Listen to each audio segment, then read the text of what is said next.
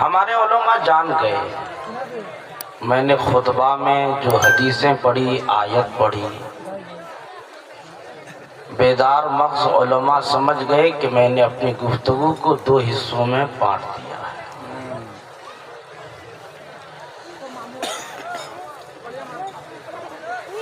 یہ جو شعر و شاعری کا دور چل رہا ہے،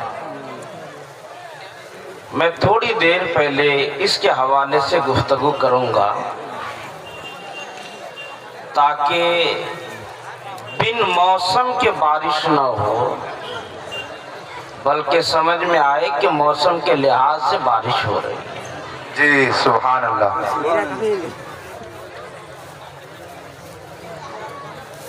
پہلے تو بخاری شریف کی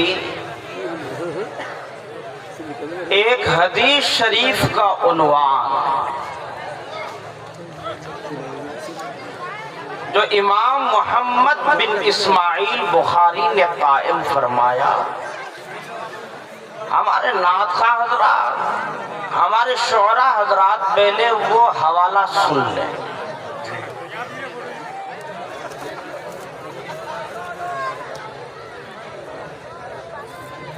بخاری شریف کے اندر موجود ہے، پہلے یوں سمجھ لیجئے کہ بخاری معمولی کتاب کا نام نہیں ہے، بے شک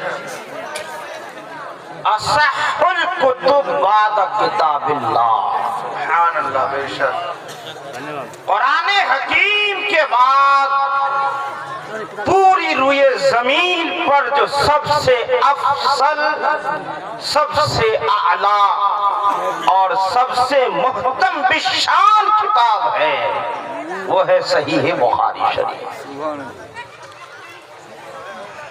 شرق سے لے کر غرب تک، شمال سے لے کر کے جنوب تک، پوری دنیا میں چاہے وہ جس فرقے کا ماننے والا ہو، سوائے ایک فرقہ فرقے چکڑا لبیہ کے، ہر ایک کے مدرسے میں یہ کتاب پڑھائی جاتی ہے۔ صحیح بخاری کے اندر امام محمد بن اسماعیل بخاری نے ایک باب قائم کیا۔ یہ گفتگو جو میں پیش کرنے جا رہا ہوں امام بخاری کی، ہمارے شعراء ناخواں حضرات کے لیے بھی ہے اور آپ کے لیے۔ امام بخاری کے الفاظ یہ ہیں، باب ما یکرہ ان یکون الغالب علی الانسان الشعر حتی یصدہ عن ذکر اللہ و تلاوت القرآن والصلاۃ۔ فرمایا کسی انسان پر شعر و شاعری اگر اتنی غالب آ جائے، وہ شعر و شاعری کی دنیا میں اتنی کثرت سے گھس جائے کہ نماز کی طرف زیادہ دھیان نہ رہے، قرآن کی تلاوت کی طرف توجہ نہ رہے، اوراد و وظائف کی طرف توجہ نہ رہے، فرمایا ایسی شعر و شاعری ناجائز ہے، ناجائز ہے، ناجائز ہے۔ میں زیادہ تبصرہ نہیں کروں گا۔ آج کا جو ماحول ہے اور آج کے معاشرے میں جو ہمارے زیادہ تر شعراء پائے جاتے ہیں، میں سارے شعراء کی بات نہیں کرتا ہوں، سارے نعت خوانوں کی بات نہیں کرتا ہوں، میرے ساتھ بھی بہت سارے ایسے نعت خواں ملتے ہیں جو میرے ساتھ مسجد جا کر کے الحمدللہ نماز پڑھتے ہیں، بے شک مگر الحمدللہ ان شعراء کی تو بات ہی نرالی ہے جو شریعت کے پابند ہوں۔ جو پابند نہیں ہے ذرا خیال کریں، اگر صبح و شام اٹھ کر کے وہی گنگنانا، نماز کا خیال نہیں، کچھ اور کسی عبادت کا خیال نہیں، پھر وہ سمجھ لے امام بخاری نے صحیح بخاری کے اندر قائم کر دیا یہ باب اور فرمایا ایسی شاعری کی شریعت میں اجازت نہیں۔ اور اسی وجہ سے میرے رب نے قرآن میں ارشاد فرمایا وَالشُّعَرَاءُ يَتَّبِعُهُمُ الْغَاوُونَ، شاعروں کے پیچھے پیچھے وہ لوگ چلتے ہیں جو لوگ بھٹکے ہوئے ہیں صراط مستقیم سے ہٹے ہوئے ہوتے ہیں، وہ شاعروں کے پیچھے پیچھے چلتے ہیں۔ یہ آیت کریمہ دراصل مصطفیٰ جان رحمت کے دور کے شعراء کے حوالے سے تھی۔ اس دور میں جو شعراء تھے ان کی شاعری بڑی گندی شاعری ہوتی تھی۔ جی ان کی شاعری کا مرکز خواتین، ان کی شاعری کا مرکز دولت، ان کی شاعری کا محور اونٹ گھوڑے، ان کی شاعری کا مرکز دنیا کے عمرہ، دولت و ثروت والے لوگ۔ وہ عشق رسالت میں اشعار نہیں لکھتے تھے، وہ اللہ کی وحدانیت کا اظہار اپنے اشعار میں نہیں کرتے تھے۔ اس لیے میرے رب نے قرآن میں اعلان فرمایا، شاعروں کے پیچھے پیچھے وہ چلے گا جو صراط مستقیم سے بھٹکا ہوا۔ اور آج کے حالات میں، آج کے معاشرے کے حالات کو دیکھ کر کے وہ آیت پھر مجھے دوبارہ یاد آنے لگتی ہے۔ آج جو جلسوں کا حال ہو گیا ہے، خیر یہ تو مشاعرہ ہی ہے، اس کی بات تو الگ ہے، لیکن اور جلسوں کی بات کر رہا ہوں، آپ لوگ خود جانتے ہیں۔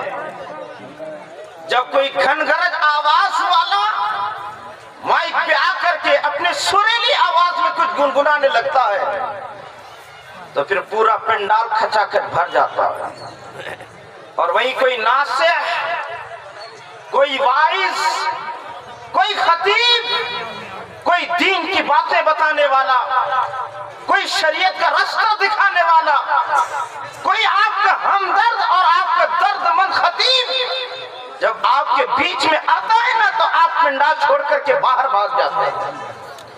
اس کا مطلب آپ کی بھی روش یہی ہے کہ ہم شاعروں کے پیچھے پیچھے چلیں گے، خطیب کی بات نہیں سنیں گے۔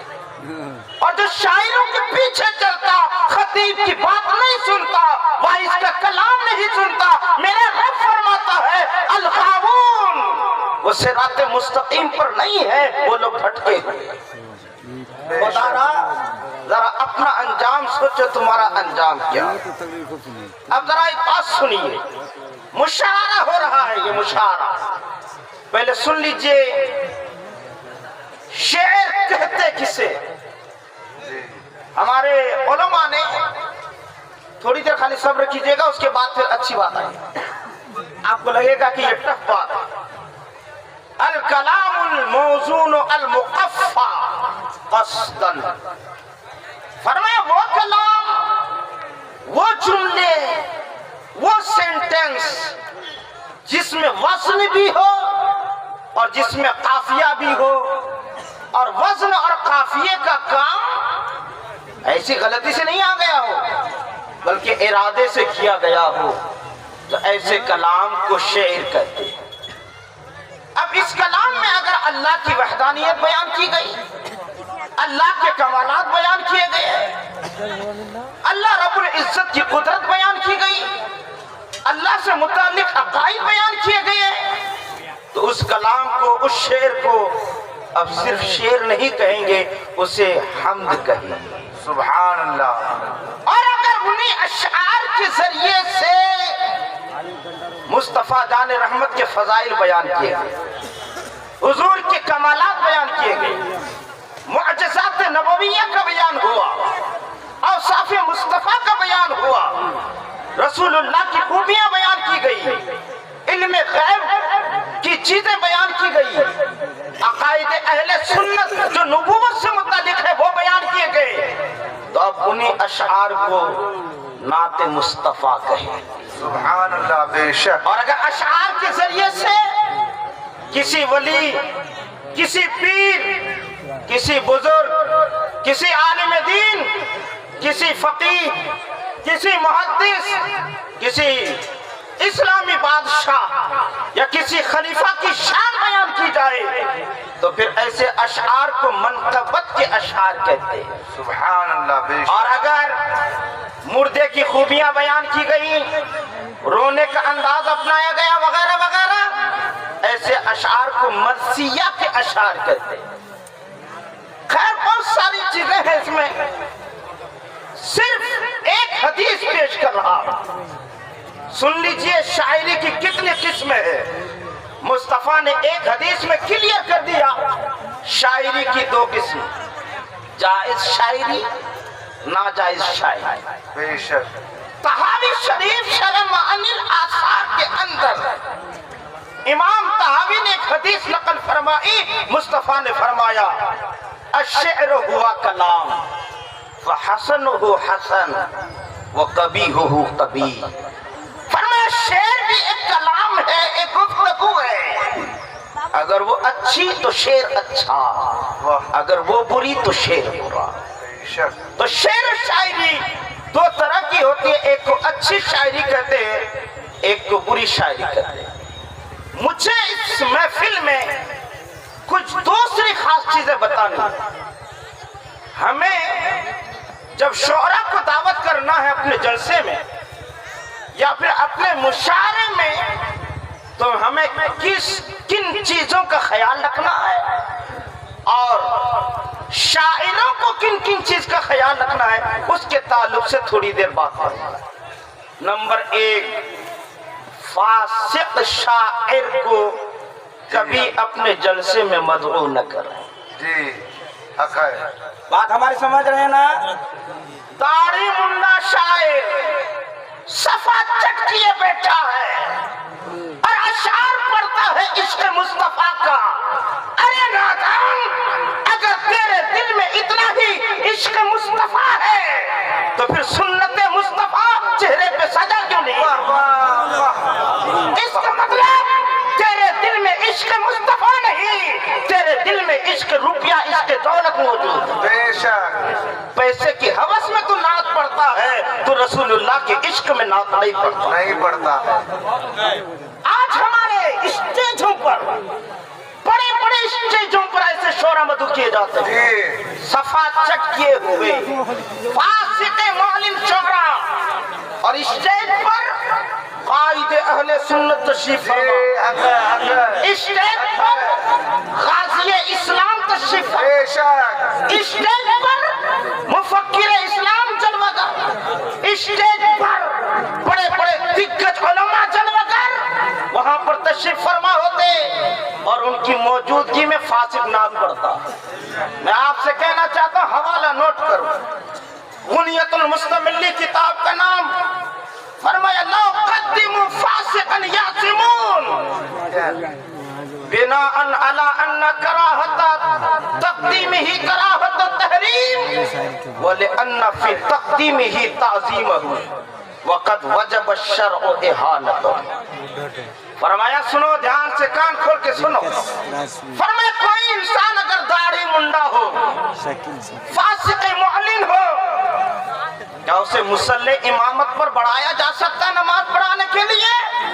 تو غنیت المستملی کی عبارت لو قدموا فاسقا یعصمون، جو لوگ فاسق کو مصلی امامت پر امامت کے لیے بڑھائیں گے، وہ بڑھنے والا چغادری وہ تو ہے ہی گناہگار، جتنے بڑھائیں گے وہ سب کے سب گناہگار ہوں۔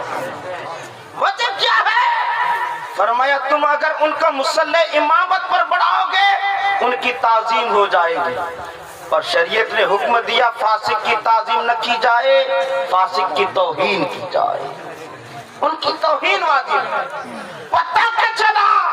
فاسق کی تعظیم کرنا جائز نہیں، فاسق کی توہین کرنے کا حکم ہے۔ جب ایک فاسق کو اسٹیج پر بٹھا کر کے رکھتے ہو، ان سے کلام پڑھواتے ہو، ان کے نام کے نعرے لگاتے ہو، ان پر آ کر کے نوٹوں کی بوچھار کرتے ہو، تو پھر دل پہ ہاتھ رکھ کر کے بتاؤ یہ ان کی تعظیم ہوتی ہے کہ نہیں ہوتی؟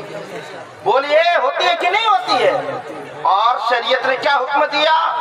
ایسے کی تعظیم کرنا جائز نہیں۔ اور یہ کام کس کی موجودگی میں؟ وہی جو میں کہا، غازی اسلام کی موجودگی میں، قائد اسلام کی موجودگی میں، مفکر اسلام کی موجودگی میں، پیر صاحب کی موجودگی میں، مفتی صاحب کی موجودگی میں وہ پڑھتا ہے۔ میں اس عالم دین سے کہنا چاہتا ہوں، کیا تم نے مسلم کی حدیث نہیں پڑھی؟ میرے نبی نے تو فرمایا تھا من راء منکم منکرا بِيَدِهِ فَإِن لَّمْ يَسْتَطِعْ فَبِلِسَانِهِ فَإِن لَّمْ يَسْتَطِعْ فَبِقَلْبِهِ وَذَلِكَ أَضْعَفُ الْإِيمَانِ۔ مصطفیٰ نے کہا تھا اگر تم کوئی برائی دیکھو، غلط کام دیکھو، اور اللہ نے تجھے اتنا پاور دیا ہے کہ تم اپنے ہاتھ سے اس برائی کو بدل سکتے ہو، تو مصطفیٰ نے فرمایا اپنے ہاتھ سے اس برائی کو بدل دے، اس برائی کو مٹا دے۔ ہاں اگر ہاتھ سے بدلنے کی طاقت نہیں ہے، لوگ تمہیں دبوچ ڈالیں گے، تو فرمایا اب زبان استعمال کرو، زبان سے اظہار کرو یہ غلط ہو رہا ہے۔ فرمایا اگر زبان سے بھی بولنے کی طاقت نہیں تو کم از کم دل سے برا جانو۔ فرمایا یہ ایمان کا سب سے کمزور اور سب سے نچلا درجہ ہے، جس کے دل میں یہ بھی نہیں تو اپنے ایمان کی خیر کرے، چاہے بڑے بڑی کرسی پر بیٹھ کر کے، چاہے وہ جو بھی صاحب بنتا نظر آئے۔ میں آپ سے کہنا چاہتا ہوں ایک فاسق اگر آپ کی موجودگی میں کھڑے ہو کر کے منبر رسول پر بیٹھ کر کے وہ نعت شریف پڑھتا ہے اور آپ اس کو بیٹھ کر کے داد دیتے ہیں، تو اس کا مطلب آپ کے دل میں بھی اس کے تعلق سے کوئی کمی نہیں رہ گئی ہے، آپ ان کو دل سے بھی سپورٹ کرتے ہیں۔ اور قرآن حدیث نے اعلان کر دیا ایسا شخص کا دل ایمان سے عاری اور خالی ہوتا ہے، ایمان کا جو نچلا درجہ ہے وہ درجہ بھی اس کے سینے میں موجود نہیں۔ اس لیے آپ سے میری گزارش ہے کہ ایسے شعراء کو ہرگز مدعو مت کیجئے جو شاعر داڑھی منڈا ہو، فاسق مولین ہو، اور اگر آپ بلا لیے تو یہ مت سمجھیے گا کہ جلسہ کر لیے، پنڈال لگا دیے تو ہم ثواب کے حقدار ہو گئے۔ نہیں، قرآن حدیث نے ابھی اعلان کیا کہ جو بلائیں گے وہ سب کے سب گناہگار۔ اور ایک حدیث تو اور سن لیجئے، مصطفیٰ نے فرمایا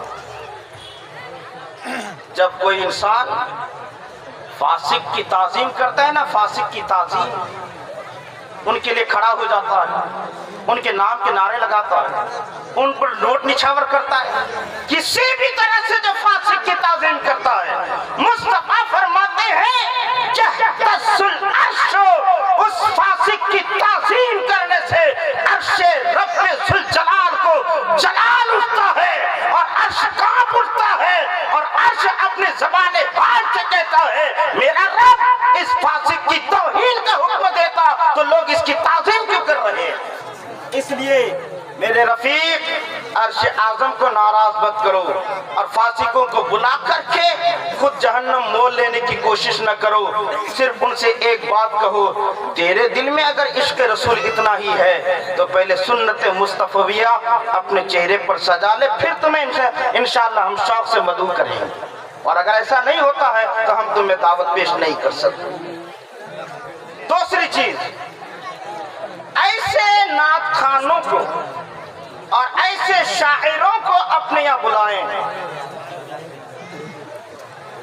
جو ڈیمانڈ نہ کریں، پیسے کی مانگ نہ کریں، منہ کھول کر کے بھیک مانگنے کی کوشش نہ کریں۔